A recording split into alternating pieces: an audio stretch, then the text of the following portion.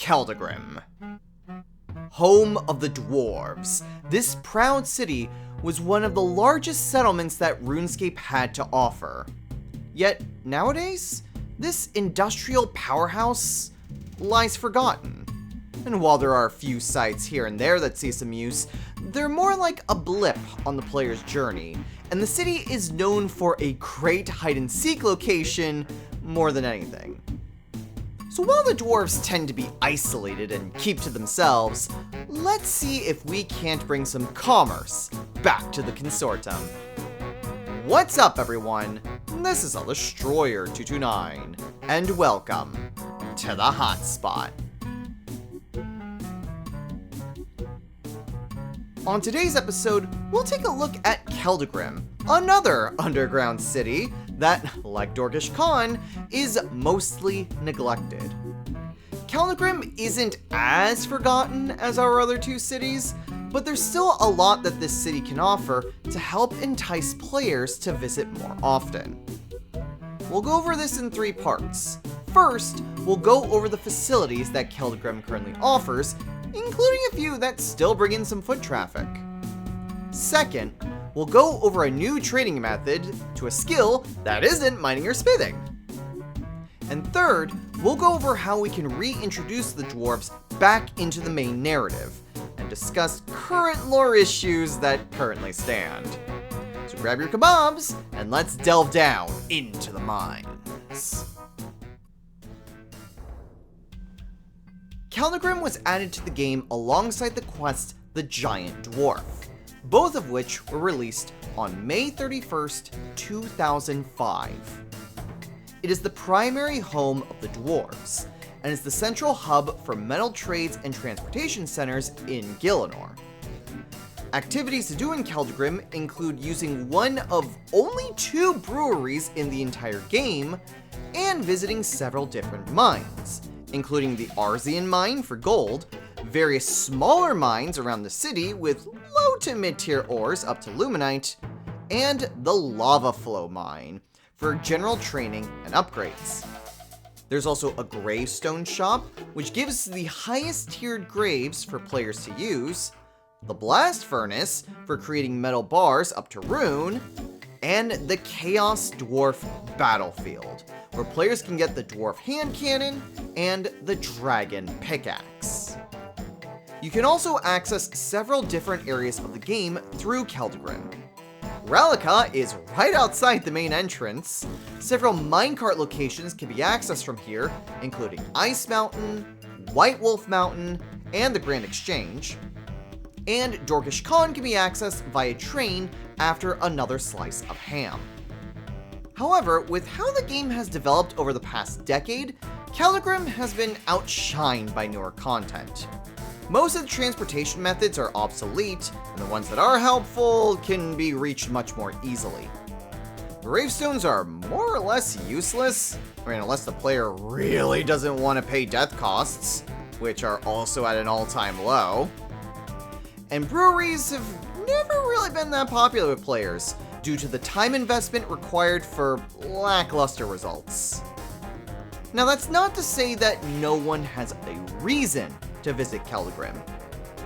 The Arzian mine is still one of the best places in the game to mine gold, the blast furnace is a profitable way to gain smithing XP, and can be helpful for various Iron Man accounts, and the lava flow mine is helpful in getting various mining boosts, as well as being a location for a few steps in creating the Pickaxe of Earth and Song, and by extension, of Life and Death. However, the main city itself is still mostly empty. And when one of the first things that you read on the wiki is how abandoned the city is, and the trivia says it's good for hide and seek, you know you've got a problem. While we won't be able to solve all of these issues, we can at least try to get some more people back to Keldagrim. So let's see if we can get the ball rolling in that direction. Now, you'd think a place like Keldagrim would be the perfect place for another mining or smithing expansion, since that's been a key feature of the city since its inception. However, today, I would like to try to revitalize a lesser-known activity here, and give Keldagrim a bit more diversity in the skills to train department. We're gonna focus on training cooking! More specifically, we are going to try and update brewing. Brewing various ales can have all sorts of various benefits, usually in the form of a temporary stat boost for a selected skill. However, brewing has a lot of restrictions that don't justify the investment. For example, brews can take anywhere from 12 to 120 hours to complete, with no way of speeding up the process. Brews also have a chance to go bad, even at high cooking levels. Getting mature ales, while influenced by your cooking level and using the stuff, are never guaranteed, and most of the boosts only go up by 1 level, with the mature version only giving an additional 1 level buff. Simply put, the process is too long and too random for a minor stat boost that you could more easily get from a pulse core. So, how do we address this? Well, the best way to change this would be to completely revamp the brewing system. Giving the various brews a set time where they will advance, like in farming, would be a more consistent means of getting anything made. So something at a lower level, like cider or dwarven stout, would only take 12 hours, but a Slayer's Respite would take about 36 hours. The failure chance should be removed entirely, or at the very least, you could pay someone to look over the vats to ensure the brewing is proceeding as planned, just like you would pay farmers near farming patches. As far as the matured variants go, I think it would be better to be able to add in an extra ingredient that would guarantee the ale would mature. So, for example, a Wizard's Mind Bomb requires 4 Yanillian hops to make, but if you wanted the mature variant, you would also add in an ingredient between the barley malt and the hops. In our case, we'll add in a new item, ground cosmic runes. Adding in the stuff will guarantee getting the matured variant on any ale, meaning that this item becomes a catch-all if you don't want to get all of these secondary ingredients yourself. You can still receive the matured variant even without these items, but adding these items would make the matured versions guaranteed. Now, considering an aspect that I'll go over in a bit, I would also like to add the option of having someone look after the brewing being a toggle for whether you want to always have the regular variant or to have the chance of having a matured variant. This may seem redundant at first. I mean, why would you not want the matured variant? But it'll make sense as to why players may want this in a bit. Now, you might also be wondering, well, what does this have to do with Keldagrim specifically? Can't you brew in Port Phasmatis? And you'd be right! There is a second brewery in Port Phasmatis. So to keep our focus on Keldagrim specifically, we'll be looking at introducing some new ales that can only be made in Keldagrim. Ideally, with this update, there would be similar exclusive ales to Port Phasmatis, but for today, we won't be going into those potential options. We will only be looking at these Keldagrim exclusive ales. So for our new brews, we'll try to bring in 3 high-level ales into the game. We'll call these new drinks the Fireman's Foil, the Historian Swipes, and the Refined Kelda Stout. These ales will require new hops to be added to the game, something like a Phoenix Fireseed, a Time Worm hop, and the Crossbred Kelda Seed. I'd like for these to be added to monster drops, but I think pickpocketing the Dwarven traders could be a way to liven up that specific drop table. If we want some variety, we could instead introduce a unique way for getting each of these primary ingredients to revitalize certain areas. For example, having the Phoenix Fireseed drop from the Phoenix D&D, or the time-worn hop being able to be discovered while gathering from specifically material caches. So what do these new brews do? Well, rather than just give a level boost, I wanted these items to give benefits to training to help out various other skills. What this means are that these ales would have more benefits than just being able to make an item a little earlier than your level would indicate. I'm also opting to not have these drinks impose any stat debuffs, like current alcoholic beverages just lower your attack in the current game, since those never really seem to matter all that much, and just put in more restrictions that were really necessary. So let's go over what these potential benefits can be. The Fireman's Foil would increase the odds of a Fire Spirit or Divine Fire Spirit appearing by 20%. In addition, the heat drained while smithing will decrease by 50% while under the effects of this drink, allowing you to work on an item even longer before needing to reheat at a furnace. The Historian Swipes would increase the effectiveness of your archaeology boosts. To be more specific, the Material Manual and Tarpaulin Sheet's effectiveness would increase from 10 to 20%, the High-Spec Monocle from 20 to 30%, and the Archaeologist's Tea from 50 to 100%. Finally, there's the refined Kelda Stout. This is a genetically modified version of the Kelda Stout grown during Forgettable Tale of a Drunken Dwarf, meant to simulate the strength of the original while keeping the actual alcohol content low to avoid the addiction problems the original had. Since most dwarves grew addicted to this high alcohol content, this was developed as a way to reintroduce the drink for those who enjoy the kick and the flavor, but wouldn't get too drunk too fast. To grow the hops, you'll have to use the Kelda Hops patch used in the quest, which also serves as a requirement to make this beverage. What this drink will do is that when consumed, it will increase your maximum damage potential by 20%, but in exchange, it lowers your accuracy by 20%, meaning that you will have a higher damage cap so long as your hit chance still doesn't fall below 100%. So if we're using the damage formula on the RuneScape wiki, the formula would go from this to this to show the loss in accuracy. The normal variant for each of these new drinks lasts for 5 minutes, while the matured variants last for 10. I'd also say that for these brews, the matured variant is untradeable, but the normal version can be traded. So if you want to sell these, or use these effects without having the cooking level to make it, then you can only get the lesser version.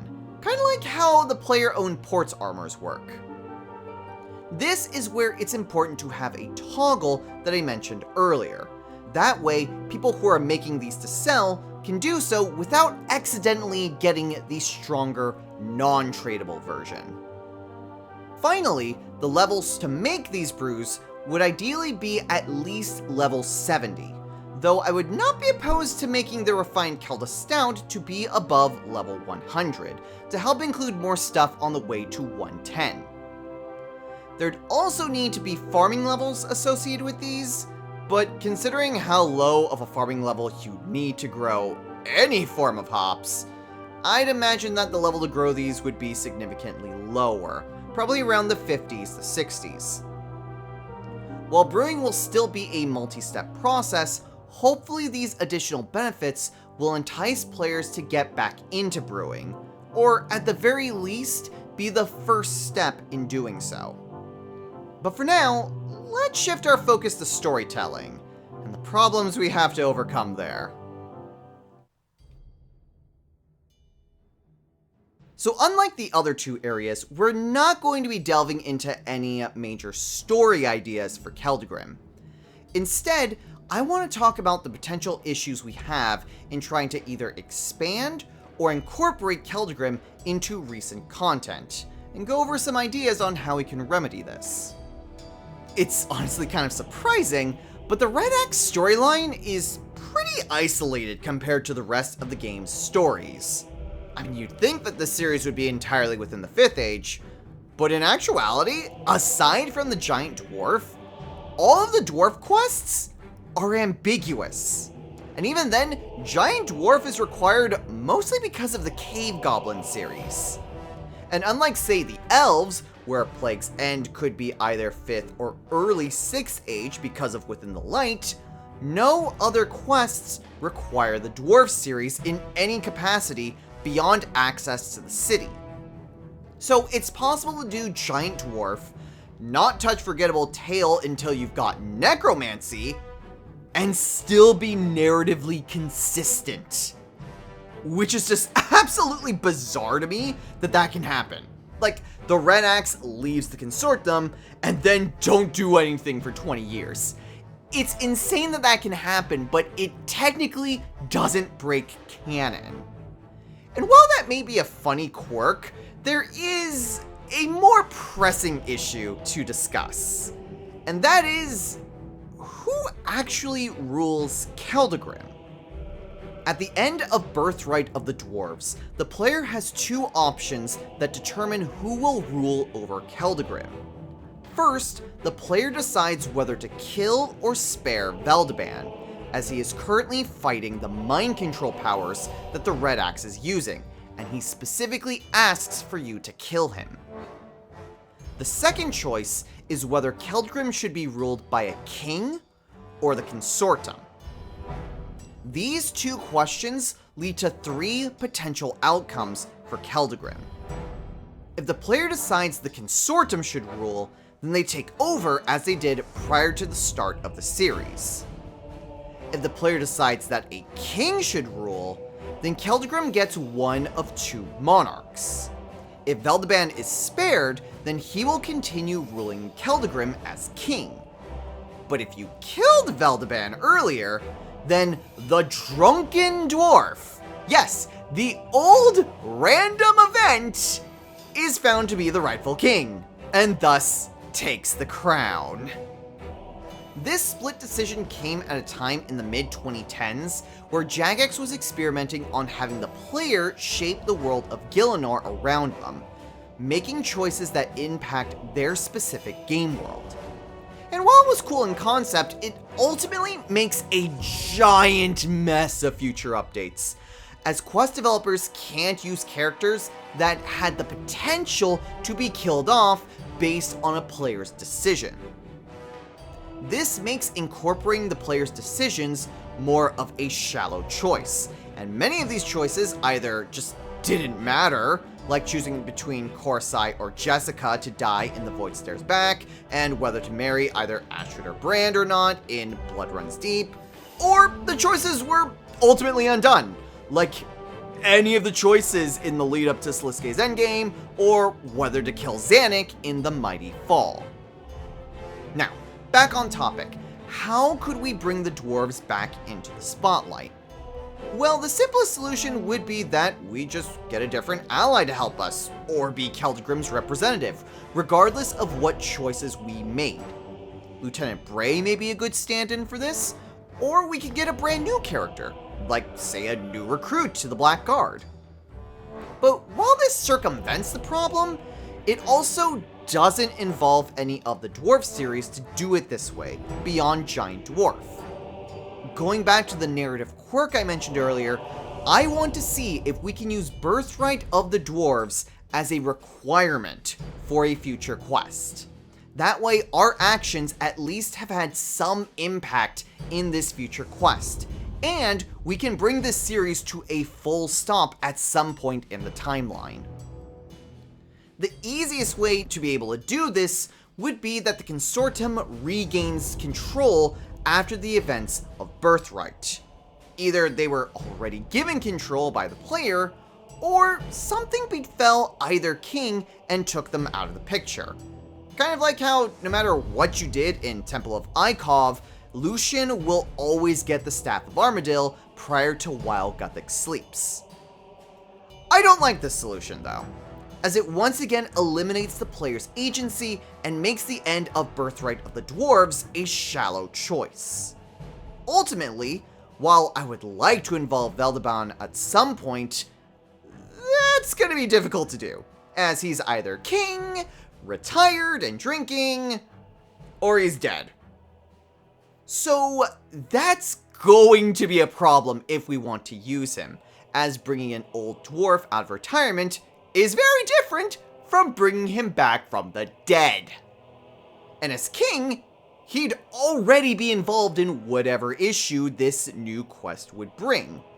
So while it would be neat to have these different objectives of a quest depending on your choices in the previous one, I don't see this working within the scope of quest development. Another thing to consider is that this future quest may not differ too far depending on whatever choice that we made. At most, our outcome would only affect dialogue in the future quest just to keep development time reasonable. So, the Consortum, Veldeban, or King Drunken Dwarf would all say or do the exact same thing, just worded slightly differently. But doing things in this way would make Veldeban's involvement very impersonal, if he's even still alive, and may feel shallow anyway. So we're in a lose-lose situation. Either the decision in Birthright just doesn't matter, or the quest just gets a lot more complicated on the development side. One idea that I thought of would make the chosen director a good emissary for whatever the conflict would be. If the Consortum or the Drunken Dwarf are in power, then they have a good deal of power and influence and can still help you out. But I quickly came to a big problem with this idea. Veldeban's entire character arc was to weaken the power that the Consortum had and try to redistribute their wealth for the safety and protection of Keldagrim. So for your director to somehow be on Veldeban's good side would require a lot of stuff to happen behind the scenes where they could overlook or accept Veldeban's policies, or for Veldeban to trust any director of the Consortum in any capacity. So, TLDR. For the story to work, we have 3 solutions. 1. We introduce a new partner to be our companion and completely ignore the entirety of the Red Axe series. 2. Our director is our main ally and the Consortum take power back regardless of the player's actions in Birthright. 3. This future quest would have a split path where we either convince Veldeban to come out of retirement, bring him back from the city of or convince the Consortum, or at least our director, with cooperating with King Veldeban. In any case, this would involve Veldeban and the Consortum to work together to overcome whatever problem the quest introduced, and each of these paths would need to be developed with the player only able to play through one scenario, depending on their choices in Birthright. All of these solutions come with its own problems, from narrative agency to development time. But regardless of how this would end up, it would still be nice to involve one of the largest economic forces in world back into current events. And it's not like we don't have problems that the dwarves can help solve. The trolls are still an adversarial force to Birthrup, and while they have a treaty with Keldagrim, not everyone is convinced it will last. There are also the gnomes of Arposandra who had ties to the Red Axe, so there could be a motivation to stop Gluffrey, or at least one of his lackeys, from further destabilizing Keldagrim. Or if we just wanted to be really silly, we could have the penguins spoof stuff like, I don't know, the Minecraft movie, and open a portal to the abyss near Keldagrim or something. I don't know, you could do anything with the penguins, really. So these old plot threads could be picked up in future quests, either as the main conflict or a contributing aspect, and bring Keldagrim back in for another quest. So that concludes this week's Hotspot. What do you think? Would you be interested in bringing the dwarves back into the current narrative? How would you like to see the actions of Birthright of the Dwarves play out in a new quest? Do you have any ideas on new drinks to brew? Let me know in the comments below, and I'll see you all in the next video. So, until next time everyone, take care.